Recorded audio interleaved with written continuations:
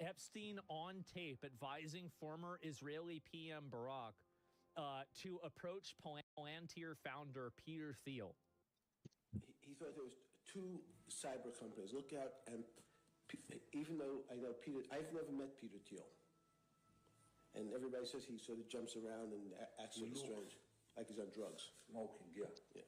He looks under drugs. However, he has a company called Palantir, P-A-L-L-E-N. T-I-E-R. Palantir is Peter Thiel's company. And look out. What, you never seen Lord of the Rings? Palantir, P-A-L-A-N-T-I-E-R? Yes. How do you write Thiel? T-H-I-E-L-L. See, guys? See, it's not just me. Okay? This goes all the way to the top. T-H-I-E-L. L-L-Y. No. T-H-I-E-L-L. Okay. So he thought that Peter would put you on the board of Palantir. Peter Thiel is one of the best. I've never met him. He's going to come here next week. He's one of the best. I've never met him. So I wanted to talk to him after I talked to you. Okay. He and Andreessen, it's called Andreessen Horowitz. Mark Andreessen. Andreessen Horowitz, they pay Larry $1 million a year just to advise them. So, wait a minute. So he's trying to hook this guy up with an advisory position where he just gets locked into a nice, A16Z. Yep, that's right. Yep, that's exactly it. And Andreessen's one of the biggest venture capital companies in the world. Yes, and? A-N. This seems fake. A16Z? Yeah, A16Z is an offshoot fund that, you know, Andreessen Horowitz, right? I think this is where it came from, is that it's the beginning and end of their names, right? And so that's how it happened. Fake video? I don't think it's fake. There's VC for a lot of gaming companies. Yeah, I know. There's 16 letters in between. Yeah. D-R-E-E-S-O-N, Andreessen, and Horowitz. And Howard. H-O-R-O. Howitzer? Horowitz. What they are? It's a lobbyist. What they are doing? They are the biggest venture capital people in Silicon Valley. Well, bigger than Sequoia or Planet Pet? True, actually. They are. These are the new Kleiner Perkins. Everybody, these are the smart boys. Mm-hmm. So those two companies right away. Approved by Jeffrey Epstein. In terms of, I said that we need now, in the next 3 weeks, if you're going to leave. Man, the smartest boys. Oh my God. Is it true his Outlook was still active after his death? I don't know, man. I have no idea. So we have Epstein on tape advising him to approach Peter Thiel. Oh my God. I don't even want to show that on stream. That's crazy. I met Epstein a few times as well, and this is all great. Let me get to that. I'll copy paste it, and then I'm going to get to that one after this. I think. How'd you get introduced? It was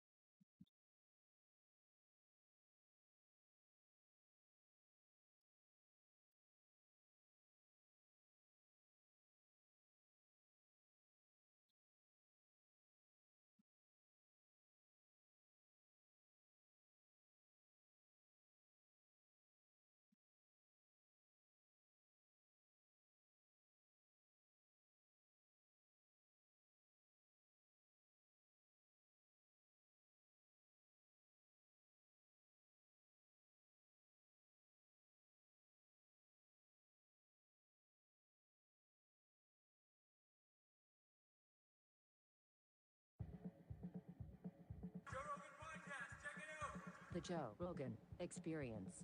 Train by day, Joe Rogan podcast by night, all day. Raul, Joe, very nice to meet you, brother. It's so good to meet you. I have enjoyed your content tremendously online. And I really got into a video this morning that I was watching where you found this megalithic site that was undocumented in Peru. It's incredible that they still have these ancient sites that, for whatever reason, it seems like the money that they gets stolen. Like the money that is supposed to be allocated towards documenting these things and registering these things, people just say, fuck it, I'm going to pocket it. And it happens a lot more than you think. It's just hard to believe, man. Some of the stuff that you document is very heartbreaking. Like one of them was when you flew a drone over these ancient ruins and you showed the amount of places that have been looted. Oh, yeah. And it's just all of it. It's just you see these holes. And when I first saw I'm like, what is he showing me? And then you're like, these are all spots where someone has dug in and looted. And most of it has been done in this area of Peru over the last 20 years. Over the last 20 years. So from 2006 to 2026, more. I would have the biggest amount of looting happened. It's actually died down some, but the end of the 1980s to 2010s, I would say. That's when it really, when it really took off. Whew. And you can tell from the trash that's left there, like cigarettes that were only produced in the 80s, or soda bottles that were only produced in the 90s. How nice of them to steal the artifacts and leave trash. Dude, they've become landfills of human remains. It's this place you're talking about is, it's 8 full kilometers of just, it looks like the moon. Every single location has been looted, and I was like, I got to go up there and see what this looks like, and so pull up to the microphone a little bit more. So looting, what are they at that point in time? I mean, these are hundreds, thousands of years old, these sites. So what are they finding? Well, a lot of the mummies that I found mummies that have been torn apart, literally, like the cotton that they're wrapped in, the textiles that they're wrapped in. It's just, they've been scavenged. Are they looking for jewels? Or for some sort of metallurgy, like on the person themselves.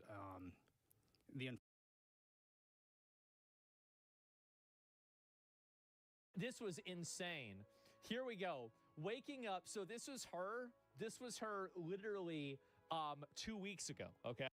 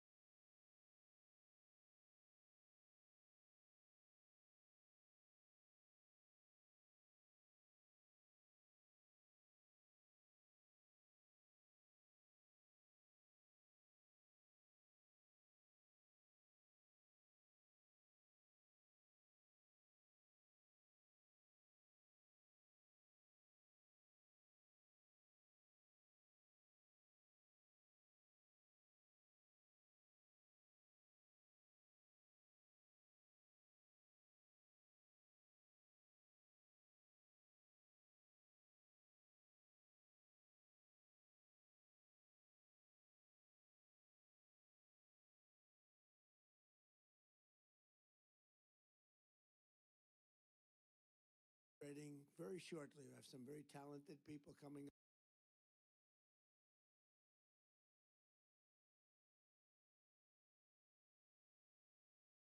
你好，欢迎来到鲍捕捉频道。有关通俄门骗局的事情啊，有一段时间没聊了。说实话，如果你一直关注美国的政治新闻，你可能已经察觉到了，媒体渐渐把通俄门的聚焦点开始越来越缩小到奥巴马身上，而且终于走到了摊牌的阶段了。国家情报总监托尔西加巴德更是瞄准奥巴马的人。最近一段时间呢，他直接公开了文件，直接点名奥巴马，并且呢，已经把所有的材料移交给了司法部。那加巴德的意思非常的清楚了，非常的明确。2016年所谓的通俄门的核心情报评估，是奥巴马政府主导炮制的，是一个从源头就被设计过的政治工程。换个更直接的话来说呢，这不是调查，这是一次情报系统级别的政治操作，目的只有一个：阻止川普上台。如果阻止不了，那就在他上台之后把他拖死。这件事如果只是媒体说的，我们可以当作爆料。但现在的问题是呢，这些文件已经进入到司法系统了，进入到刑事调查层面了，这个性质完全不一样。我们先把话呢说清楚，加巴德现在做的事情本质上不是揭黑料，而是呢履行他作为国家情报总监的法定的职责。把被压在系统内部的将近10几年的原始材料解密，然后呢交给司法部处理。他不是网红，他不是评论员，他是美国情报系统级别最高的现任的负责人之一。这个身份非常的关键，因为这决定了他说的话不是出于立场，而是出于制度行为本身。他在白宫简报会上讲的非常的直白。这批文件涉及到2016年总统大选期间俄罗斯调查起源的问题，就是通俄门调查的起源问题，而重点不在于川普身上，而在奥巴马政府最后几周所做的一系列情报评估。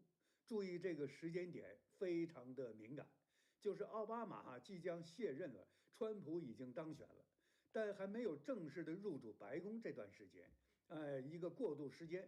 这段时间呢，权力还在旧政府手上嘛，但政治结局已经注定了，川普一定要走进白宫了。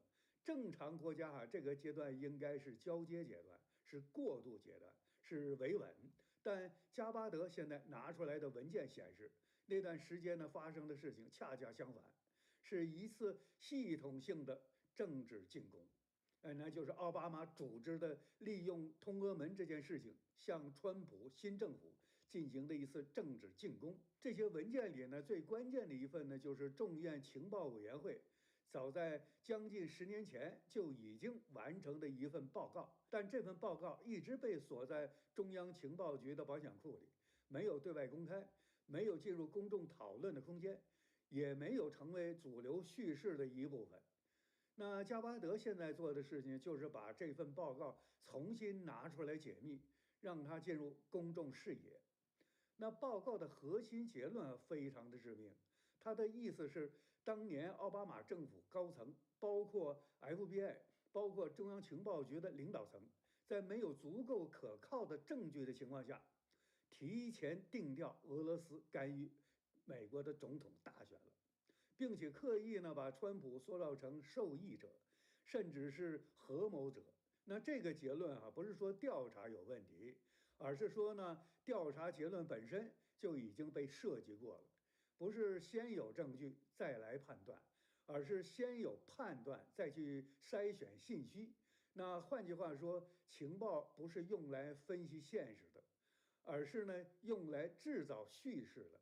我们很多人这些年其实一直有一个疑问，当年通俄门到底是怎么启动的？为什么那么多的机构，那么多的资源，那么长的时间，最后呢什么都没有查出来？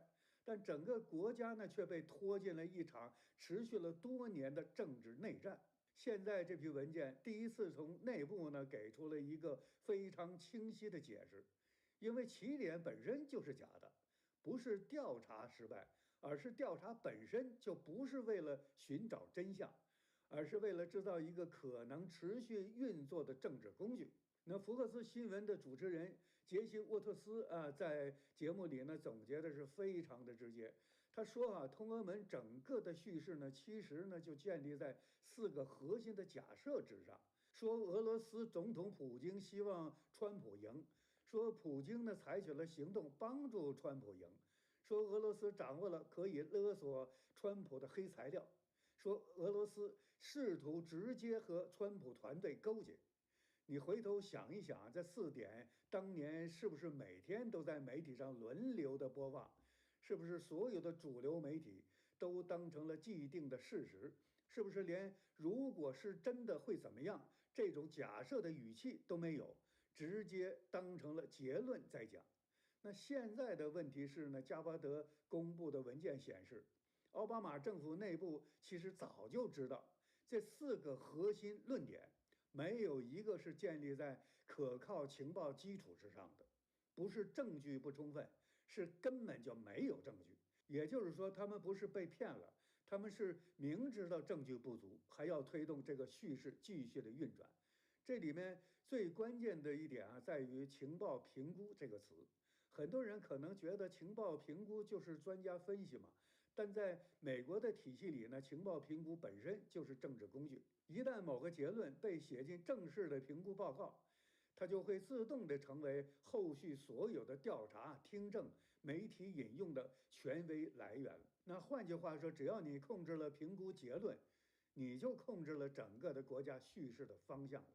那加巴德现在公开指控的就是这一步被人为的操纵的。他的说法非常的直接，他说这些证据呢，直接指向了奥巴马主导抛掷了这份情报评估。这个说法非常的重，不是说奥巴马知情，不是说奥巴马默许，而是说他主导。这个词在政治语言里啊，基本上等于责任已经在他了。那然后是记者问他最关键的问题，你觉得这些新信息有没有任何的内容表明奥巴马存在着犯罪行为？那加巴德的回答其实已经非常接近司法语言了。他说他已经并且将继续把所有的文件提交给司法部和联邦调查局，让他们评估刑事影响。他没有说奥巴马一定有罪，但他说呢，证据链已经完整到可以进入刑事层面了。这在美国官场语言里已经非常的明确。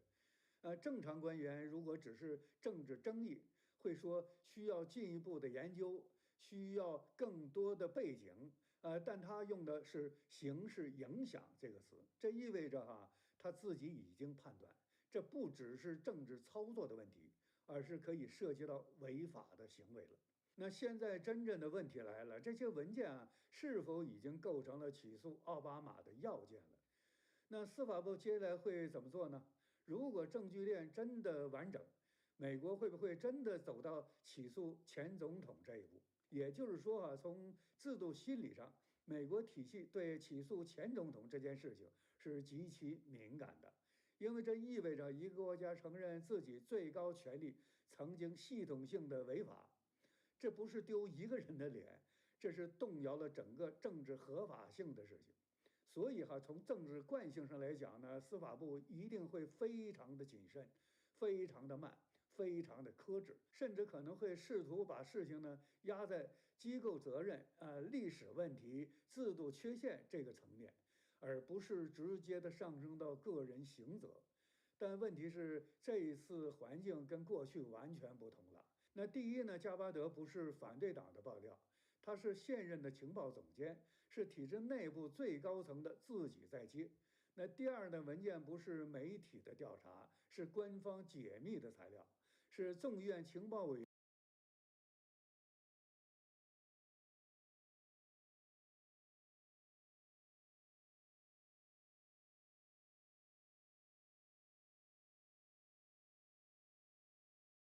It was Reid Hoffman in Silicon Valley introduced us in 2014, but it was basically,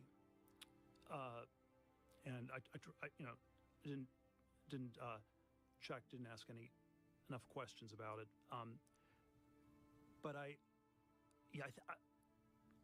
think there were sort of a lot of things where it was fraudulent. I do think Epstein knew a lot about taxes, and there were probably, these complicated ways you could structure a nonprofit organization, especially as a way in a marital context that I think Epstein might have known a decent amount about. How, when you were introduced to him? I don't think Epstein would have been able to, comment on superstring theory or something like that. Yeah. Right. But I think this sort of thing he might have actually been pretty expert on. When you were introduced Everyone worked with him because he was really good at taxes. He It's was like watching described porn as, for the one of plot. the smartest tax people in the world. The taxes. Interesting. It's the taxes. And I probably was my moral weakness that I. Well, how could you have known back then? He had never been arrested. No, this was 2014. It was post arrest. Oh, so his arrest was the first arrest, right? Yeah, which was like 2007. Well, that's what happens. Okay. And so. Yeah. But you assume he didn't go to jail for that long. It was probably not as serious as alleged. Yeah. There was certainly the illusion that there were all these. They don't give a shit. They didn't give a shit. They didn't care. These other people just that I trusted. The way it is. Reed, who just the way introduced it us, is. He started LinkedIn. He was,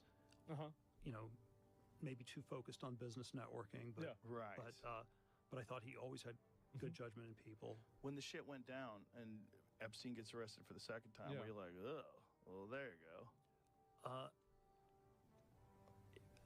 I've thought about it. I've thought about it. Yeah, I bet. And so this is it. Let me go back. I'll pull this one up too. No, this is insane. And so is this more of them? Ehud Barak hides his face as he enters Jeffrey Epstein's mansion. Wait, this is the same guy. More Jeffrey Epstein fallout. DailyMail.com has exclusively learned that the ever-expanding probe into the billionaire is now threatening to derail the Israeli election for prime minister. Oh, wow. Chris Fargo has more now from our New York newsroom. That's bad. Chris. Jesse, DailyMail.com has exclusively uncovered photos of one of Israeli leader Benjamin Netanyahu's main challengers, former Prime Minister Ehud Barak, covering his face as he entered the convicted pedophile's home. This was back in 2016, and on the same day, a group of young women were also seen arriving at Epstein's home.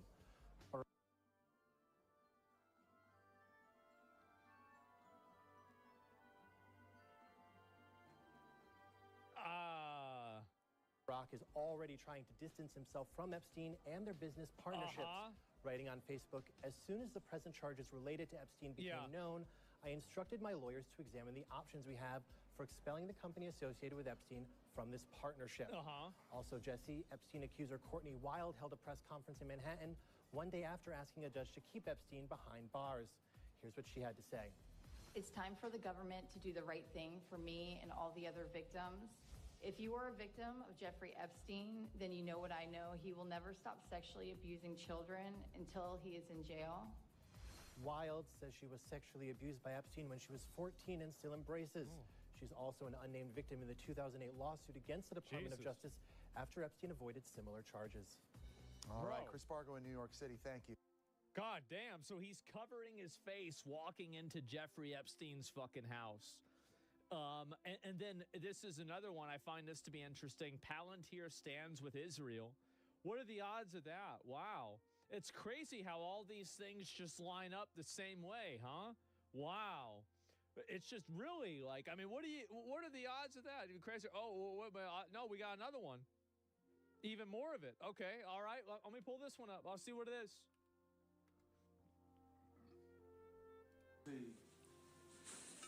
What's the future of Israel? Israel. I mean, something will happen in Iran. Maybe we'll succeed. Maybe we won't. And that'll make it worse. But the demography seems terrible. Nobody sane seems to be procreating, and everybody insane in their own way seems to have 5 children. True. Whether it's Arabs or Orthodox, they have 5 children. If you're regular Israeli, you have 1.5 children. The Haredim are more productive than the Arabs. So they're mad that the Goyim are having too many kids? The Goyim are reproducing and we canceled some of the. We had exponential support function for productivity. It's something bizarre. rather The to wrong be an people are S curve, breeding. become Yes. exponential. I always, when I meet a friend with 3 children, telling another 2 and you are deep into the social security trap.